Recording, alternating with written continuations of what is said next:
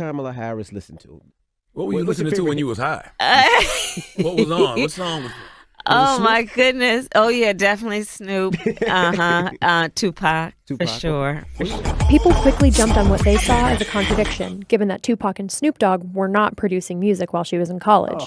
Harris graduated from Howard University in 1986 and later got her JD from the University of California in 1989. Tupac's debut album, Tupacalypse Now, came out in 1991, and Snoop's first album, Doggy Style, followed a few years later in 1993. So, if you're just listening to this piece on the radio, it sounds like Harris's memory is mixed up.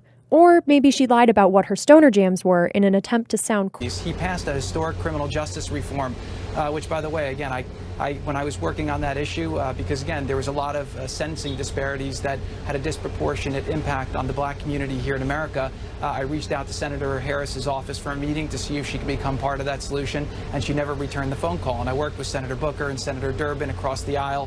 We got 87 votes in the Senate, and President Trump was able to deliver on something that rolled back very racist laws. And so do you see that as more evidence that is surpassed on marijuana liability?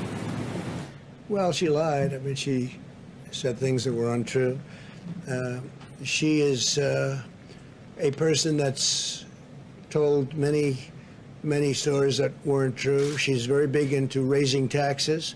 She wants to slash funds for our military at a level that nobody can even believe. She is against fracking.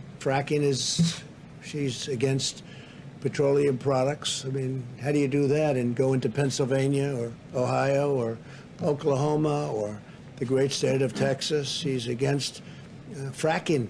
Fracking's a big deal. She's in favor of socialized medicine, where you're going to lose your doctors, you're going to lose your plans. She wants to take your health care plans away from 180 million Americans. 180 million Americans that are very happy with their health insurance, and she wants to take that away.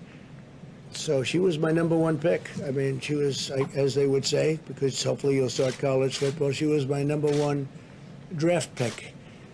And we'll see how she works out. She did very, very poorly in the primaries, as you know. She was expected to do well, and she ended up at right around 2% and spent a lot of money. She had a lot of things happening, and so I was a little surprised that he picked her.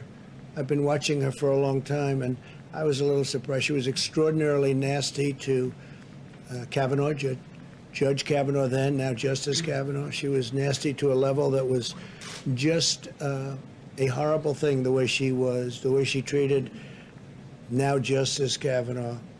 And I won't forget that soon.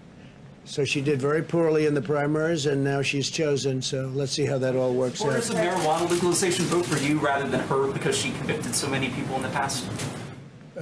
I can't tell you what she's voting for. I don't think she knows what. I think Joe knows even less than she does. But I was a little surprised at the pick. A lot of people would say that might be the pick.